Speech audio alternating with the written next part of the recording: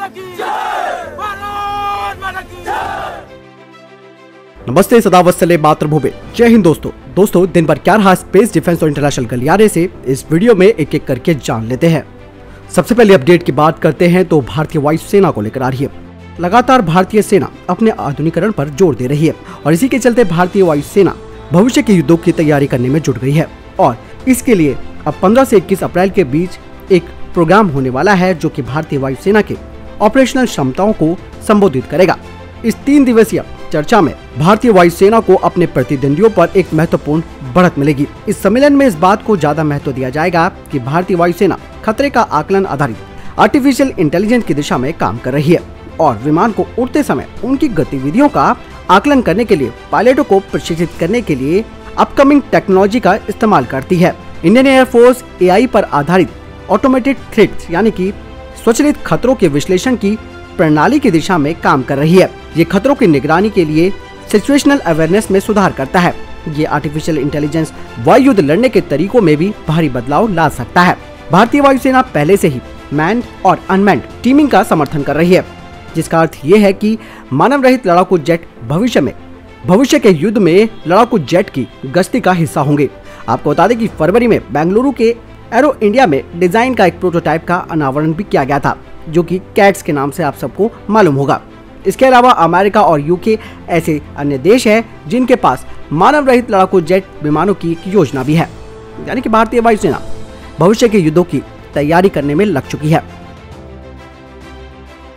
बढ़ते अगली अपडेट की तरफ जो कि सुपर कलवरी को लेकर आ रही है। जी हाँ, जिस तरीके से भारतीय वायुसेना का सुखोई 30 MKI को सुपर सुखोई बनाने पर कार्य चल रहा है, ठीक उसी तरीके से अब भारत स्वदेशी रूप से पनडुब्बियों को विकसित करने की दिशा में आगे बढ़ रहा है। पिछले साल भारतीय नेवी ने अपना एक वीडियो जारी किया था जिसमें कि नेवल एसेट्स का डिजाइनिंग और मैन्युफैक्चरिंग को दिखाया गया।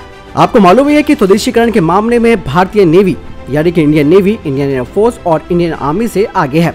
नेवी ने इस दौरान एक सबमरीन का डिजाइन प्रस्तुत किया था जो कलवरी क्लास की सबमरीन की तरह थी और ये कलवरी क्लास की सबमरीन स्पेन और फ्रांस की कंपनियों की है और मजगांव डॉक के साथ मिलकर इन्हें तैयार किया जा रहा है। लेकिन जो प्रस्तुत की गई यानी कि जो दिखाई गई पनडुब्बी थी उसमें 2 चीजें ऐसी थी जो कलवरी क्लास के डिजाइन से बिल्कुल अलग थी और इसी तरह से इसको सुपर कलवरी प्रोजेक्ट का नाम भी दिया जा सकता है। ये पनडुब्बी स्वदेशी और आधुनिक होगी। इसके अंदर 2 चीजें जो देखने को मिली उसमें फ्यूल सेल AIP सिस्टम जिसे DRDO तैयार कर रहा है और दूसरा 4 सेल वाला वर्टिकल लॉन्च सिस्टम था जो कि 8 मिसाइलों को लॉन्च कर सकता है और इन मिसाइलों में निर्भय सबसोनिक क्रूज मिसाइल या फिर ब्रह्मोस सबमरीन लॉन्च वर्जन भी हो सकती है। ये कलवरी क्लास की सबमरीन साइज में बड़ी भी हैं। अभी जो हमारे पास कलवरी क्लास की सबमरीन हैं उनकी लेंथ 66 मीटर है, लेकिन सुपर कलवरी की लेंथ 100 मीटर होने वाली है। इसका डिस्प्लेसमेंट भी 3000 टन का होगा।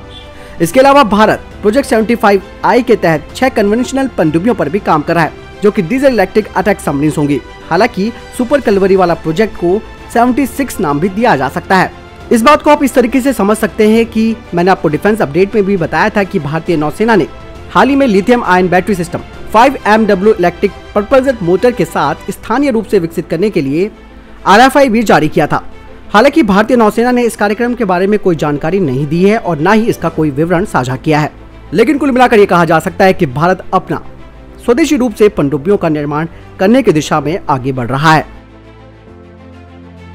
अगली खबर भारत और चीन को लेकर आ रही है। दरअसल भारत और चीन के बीच अभी भी जो फ्रिक्शन पॉइंट्स हैं वहां पर तनाव बरकरार है और जो हाल ही में जो दोनों देशों के बीच मीटिंग भी हुई थी उसमें भी कोई नतीजा नहीं निकल पाया।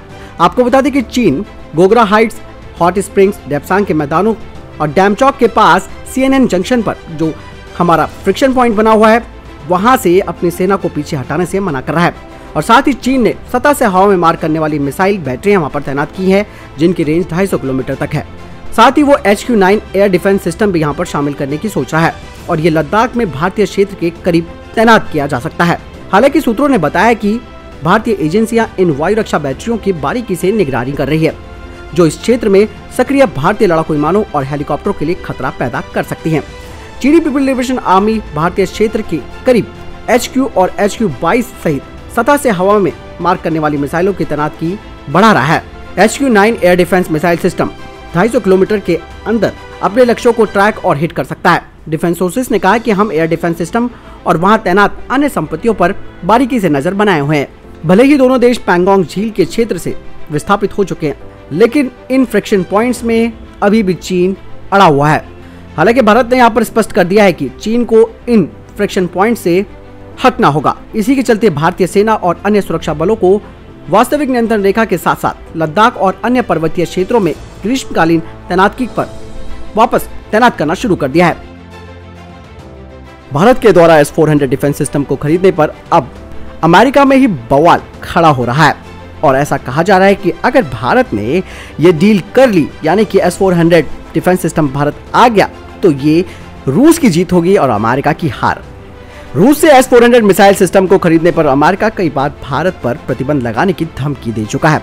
अमेरिकी रक्षा मंत्री लॉयड ऑस्टिन ने भी भारत दौरे में कहा था कि हमारे दोस्त को रूस से हथियार की खरीद से बचना चाहिए।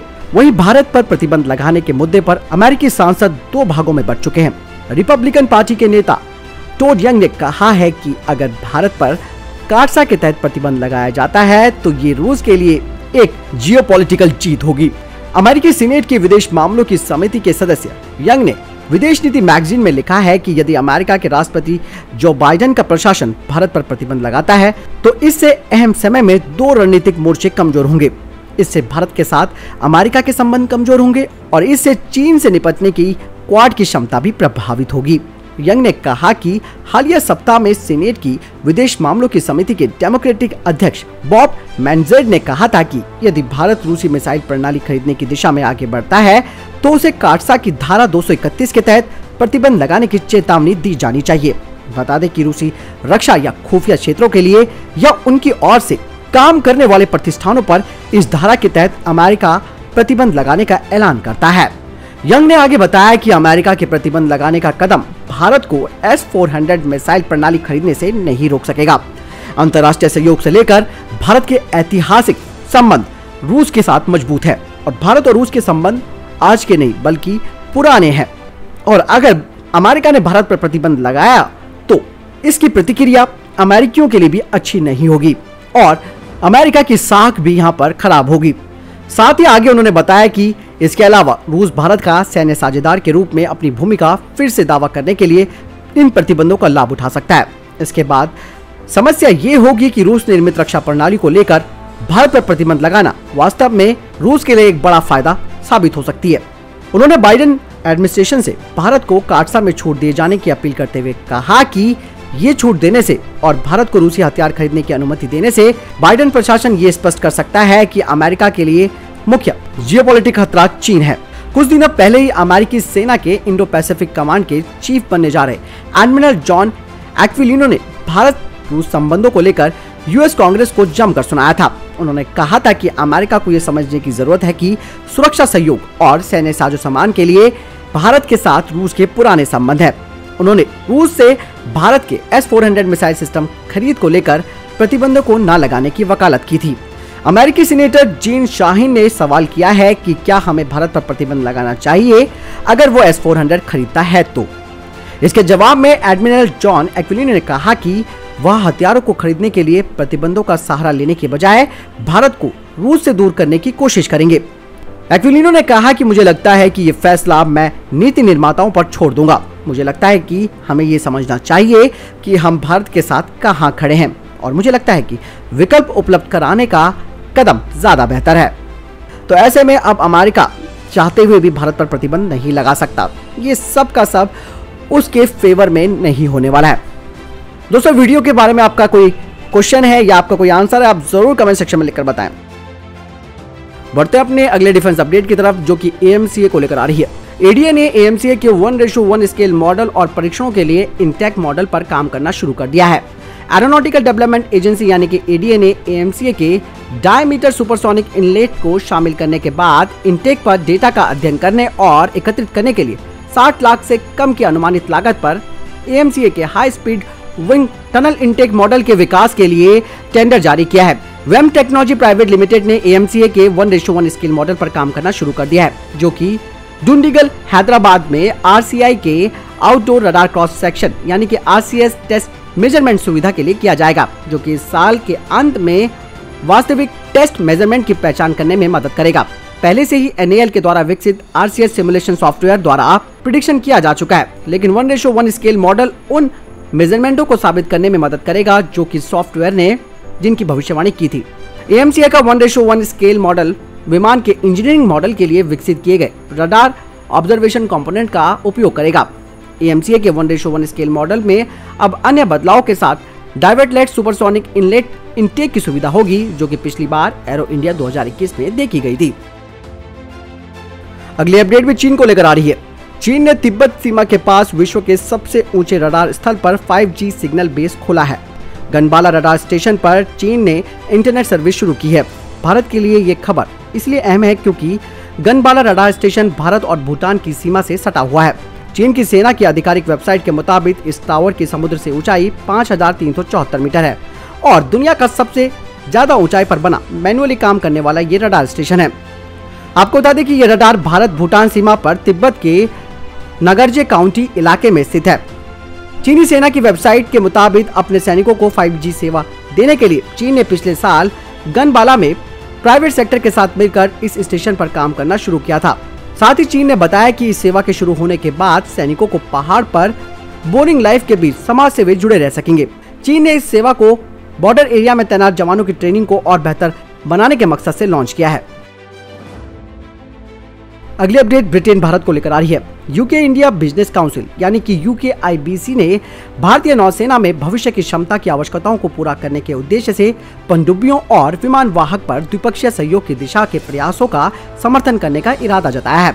UKIBC की 2021 की रिपोर्ट पे कहा गया है कि उनकी ये परिषद ऐसे अवसरों को आगे बढ़ाने के लिए आने वाले वर्षों के दौरान भारत में निजी क्षेत्रों और राज्य के स्वामित्व वाले रक्षा शिपयार्डों के साथ सहयोग करना चाहती है। रिपोर्ट में कहा गया है कि हम सभी निजी और DPSU यानी कि डिफेंस पब्लिक सेक्टर अंडरटेकिंग्स शिपयार्डों के साथ जुड़ेंगे, जो भविष्य के युद्धपोतों और पनडुब्बियों, इलेक्ट्रॉनिक प्रपल्जन, स्वदेशी वाहक विकास और सेंसर के डिजाइन और निर्माण पर ध्यान केंद्रित करेंगे। उन्होंने कहा कि 2019 में यूनाइटेड किंगडम और भारत की सरकारों के द्वारा इन सभी मुद्दों पर चर्चा हुई थी और एक सहयोग की पहचान भी की गई थी। यूके के रक्षा मंत्रालय ने कहा कि हमारा ध्यान भारत के समुद्री डोमेन पर होगा। BAE सिस्टम के एक प्रवक्ता ने बताया कि उनकी कंपनी ने यूके रॉयल नेवी की क्वीन एलिजाबेथ क्लास प्लेटफॉर्म पर विमान वाहक आवश्यकताओं को आधार बनाने के लिए भारत के साथ चर्चा भी की थी।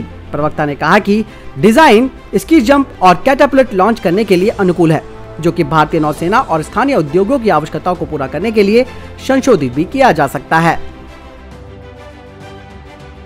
बढ़ते हैं अपनी अगली डिफेंस अपडेट की तरफ, जो कि डिफिस सॉल्यूशन को लेकर आ रही है। डिफिस सॉल्यूशन ने हाल ही में smart shooter counter drone fire control system प्रस्तुत किया, जो कि ड्रोन के उभरते हुए खतरों से निपटने के लिए फ्रंट लाइन फर्स्ट किल क्षमता को और सक्षम बनाता है।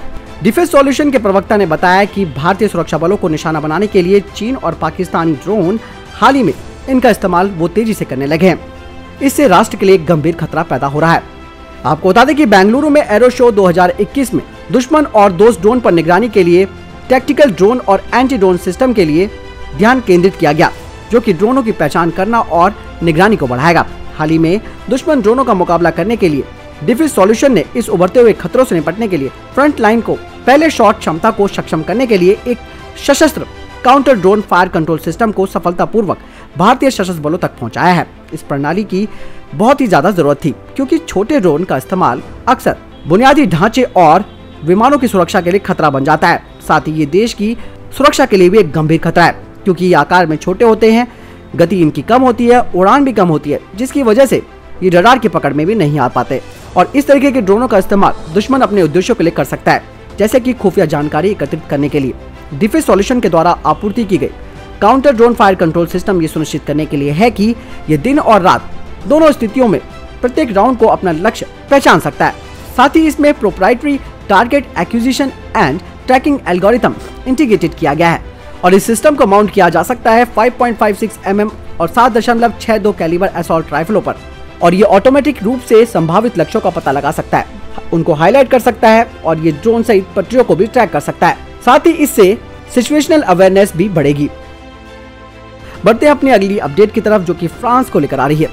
फ्रांस के विदेश मामलों के मंत्री अपनी 3 दिवसीय आधिकारिक यात्रा पर भारत में बेंगलुरु का दौरा करेंगे और वहां पर इसरो के अधिकारियों से भी मिलेंगे।